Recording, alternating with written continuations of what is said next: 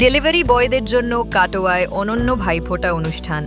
Katwa rainbow welfare সোসাইটির উদ্যোগে এক অনন্য উদ্যোগের সাক্ষী রইল শহর। বিভিন্ন সংস্থার পরিশ্রমী ডেলিভারি বয়দের জন্য ভাইফোঁটার বিশেষ আয়োজন করা হয় কাটোয়া কলেজ পাড়ার সংস্কৃতি চক্র মঞ্চে। অনুষ্ঠানে ৫ জন ডেলিভারি বয়কে ফোঁটা দেন সংগঠনের সদস্যরা। বরণ করা হয় পানকলায়। এরপর রীতিমতো কপালে ফোঁটা দিয়ে শুরু হয় ভাইফোঁটার পর্ব।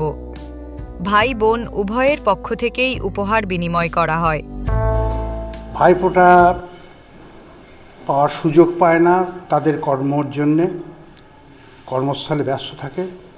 সেই সমস্ত ভাইদের আজকে রেইনবো সোসাইটির বোনেরা ফোঁটা দিল।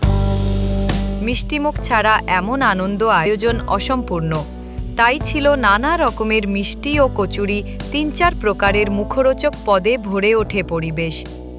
সংস্থার পক্ষ থেকে জানানো হয়েছে, সারাদিন পার্সেল ডেলিভারির ব্যস্ততার কারণে অধিকাংশ ডেলিভারি বয়রা নিজের পরিবারে ভাইফোঁটার অনুষ্ঠান পালন করতে পারেন না। সেই কারণেই সমাজের এই শ্রমজীবী মানুষদের আনন্দে শরিক করতেই এমন উদ্যোগ নেওয়া হয়েছে। রেইনবোর পক্ষ থেকে একটি গণভাইফোঁটার আয়োজন করা হয়েছিল। তো আমি এবং আমার আরেকজন দিদি আমরা ভাইফোঁটা দিলাম ৫ জন ভাইদেরকে। তারা ডেলিভারি দেয় আর কি। তো তাদের তো সুযোগ হয় না, সাধারণত তারা কাজকর্মের মধ্যেই থাকে, এবং সেজন্য তাদেরকে এই একটা সুযোগ করে দেওয়ার জন্য আমরা আজকে ওনাদেরকে ফোঁটা দিলাম।